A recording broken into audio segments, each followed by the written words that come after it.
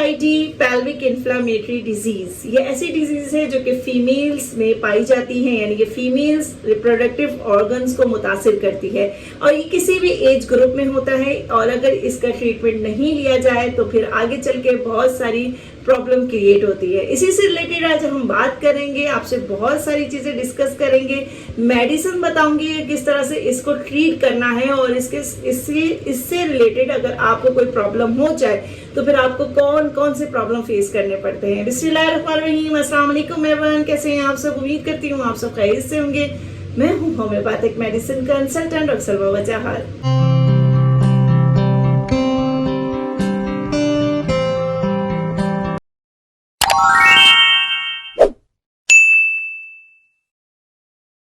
PID pelvic inflammatory disease, जैसे कि नाम से आपको पता चल रहा है कि पेल्विक जो फीमेल्स में मौजूद होती हैं, फीमेल्स में पेल्विक का जो एरिया होता है जिसे हम पेड़ू भी कहते हैं, अगर वहां पर कोई सोजिशी कैफियत हो जाए, यानी कि उसमें अगर इन्फेक्शन स्प्रेड कर जाए, यानी कि फैल जाए, तो उसे हम PID का नाम देते हैं, पेल्विक इन्फ्लेमेटरी डिजीज का नाम देते हैं। ये जो इन्फेक्शन फैलता है, स्प्रेड करता है, ये वजाइना से यूट्रस, यूट्रस से आपको फैलोपियन ट्यूब से ओवरी, इन सब के बारे में अगर मैं डिटेल में बताऊंगी तो बहुत लंबी वीडियो हो जाएगी, लेकिन हमने सिर्फ डिटेल इससे रिलेटेड बात करनी कि जो हमारे ऑर्गन्स हैं, लेडीज के जो ऑर्गन्स हैं, यानी कि चाहे वो फीमेल में आपके यंग एज ग्रुप में हो या फिर ओल्ड एज ग्रुप में हो, तो ये किसी भी एज ग्रुप में जो है ये बीमारी हो सकती है। स्पेशली ज्यादातर ये बीमारी देखी गई है यंग एज में, जो कि 25 से 30 साल की लड़कियां हैं, ये न्यूली मैरिड हैं, उनमें देखा जाता है कि इनको जो है ये प्रॉब्लम फेस करनी पड़ती है। PID में जैसे कि मैंने आपको बताया कि इसमें ऑर्गन्स आपके जो है इन्फेक्टेड हो जाते हैं और मैंने जैसे बताया कि जाहिर बात है आपके जो ये फीमेल रिप्रोडक्टिव ऑर्गन्स है जिसमें ओवरीज है, जाहिर बात है बेजादानियां, जहाँ से अंडा रिलीज होता है जो कि जाता है फैलोपियन ट्यूब, जो कि ओवरी और यूट्रस को, यानी कि रहम को, बच्चादानी को और आपके बेजादानियों को कनेक्ट करता है फैलोपियन ट्यूब। उसमें जो है क्या कहते हैं इन्फेक्शन आ जाता है, फिर यूट्रस में इन्फेक्शन अगर हो जाए या फिर ये सब वजाइना के थ्रू होता है। ये बहुत ही ज्यादा सीवियर कंडीशन में भी जाता है, माइल्ड टू सीवियर कंडीशन में जाता है अगर वक्त पे इसका ट्रीटमेंट नहीं किया जाए। कॉजेज इसके बहुत सारे हैं, लेकिन इसमें जो मेन कॉजेज होता है ये सेक्सुअल ट्रांसमिटेड डिजीज है, यानी कि सेक्सुअल ट्रांसमिशन के जरिए जो है आपके जो है ये मुंतकिल होता है औरतों में, यानी ये मेल से फीमेल से ये मुंतकिल होता है, जो कि बहुत ही ज्यादा प्रॉब्लम क्रिएट करता है। इसमें कॉजेज में, क्योंकि ये आप जैसे कि हम बता रहे हैं कि बैक्टीरियल इन्फेक्शन है, बैक्टीरियल इन्फेक्शन, तो ये इन्फेक्शन जो है जाहिर बात है बैक्टीरिया जब आपके वजाइना के थ्रू अंदर जाता है तो वो आप इन्फेक्शन क्रिएट करता है, जो कि आपके लिए फिर बहुत सारे सिम्टम्स आना शुरू हो जाते हैं, जो कि आपको बहुत ज्यादा मसले का शिकार होने लगते हैं। जब बैक्टीरिया इंटर करता है तो ये इन्फेक्शन क्रिएट करता है।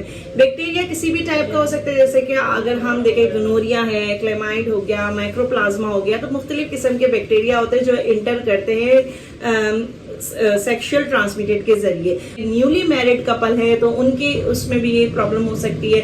इसके अलावा जो है अगर पुअर हाइजीन है, हाइजीन का ख्याल नहीं रखती हैं औरतें, या IUD जो यूज करते हैं, कॉन्ट्रासेप्टिव कॉइल यानी कि IUD यूज करते हैं, कॉपर टी जिसे कहते हैं, अगर वो लोग यूज करते हैं उनके साथ भी ये प्रॉब्लम क्रिएट होती है। इसके अलावा जो पब्लिक टॉयलेट यूज करते हैं वो साफ ना हो, हाइजीन नहीं हो उसकी, तो भी ये प्रॉब्लम होती है। या फिर जो ऐसे लोग होते हैं जो एक ही पैड को जो है पीरियड्स के दौरान जो है यानी कि पूरा दिन जो है ना वो इसी चीज को यूज करते हैं, जिसकी वजह से जो है ये प्रॉब्लम क्रिएट होती है, बैक्टीरिया बनता है तो वो इंटर होता है और उससे ये होता है कि आपको इन्फेक्शन होता है, वो इन्फेक्शन स्प्रेड करता है आपके रिप्रोडक्टिव एरिया में और इसे हम PID कहते हैं। ये थे इसके कॉजेज। अगर हम सिम्टम्स की बात करें तो सिम्टम्स आपका जो मेन सिम्टम्स आता है वो पेन, जाहिर बात है लोअर एब्डोमेन साइड में जो है बहुत सीवियर किस्म का पेन होता है, जो कि बैक यानी कि बैक पे भी जाता है, बैक पे भी बहुत ज्यादा सीवियर पेन होता है और साथ में unusual vaginal discharge, vaginal discharge यानी कि इतना लिकोरिया पानी की शिकायत होती है, गाढ़ी होती है और बहुत बदबूदार होती है, जो कि अच्छी नहीं लगती है।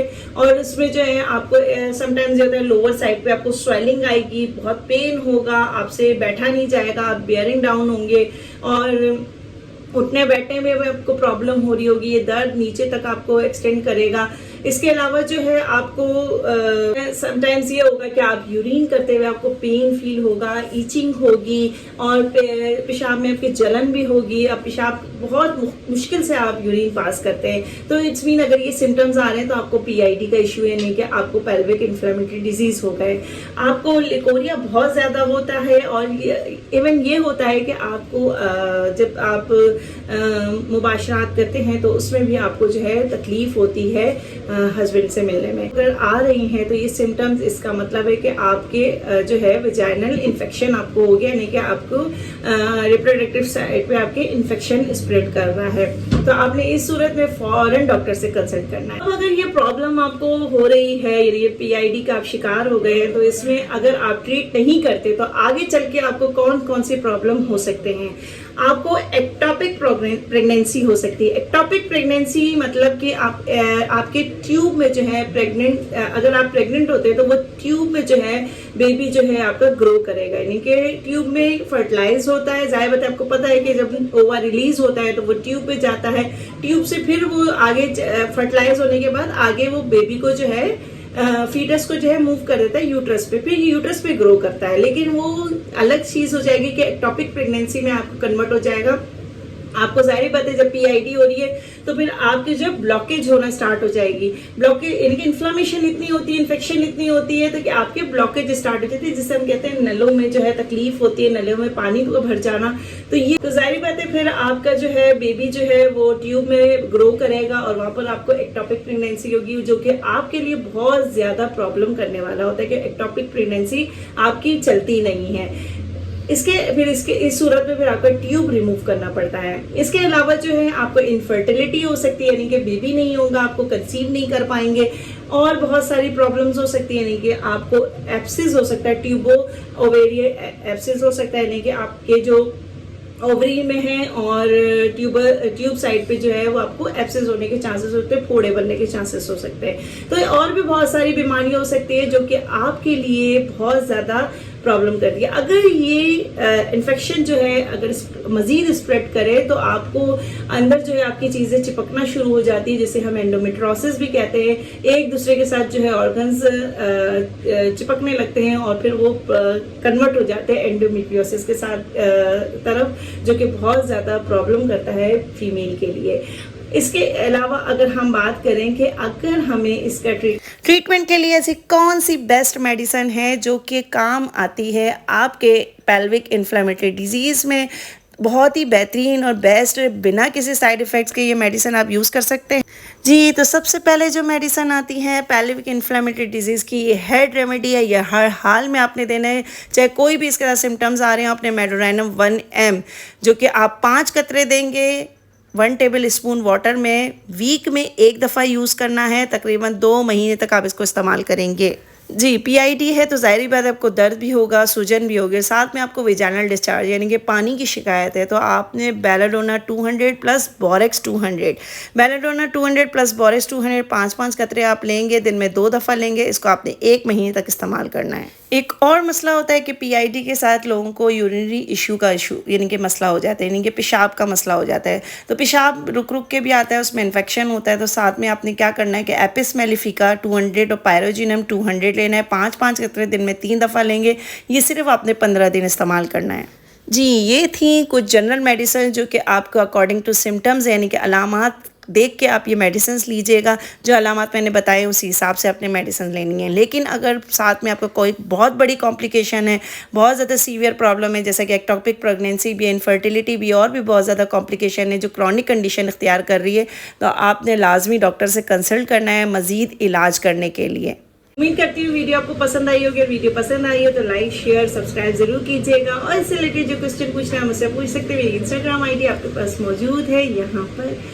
इसके साथ ही मुझे इजाज़त दीजिए। अपना बहुत ख्याल रखिएगा। अल्लाह हाफिज़।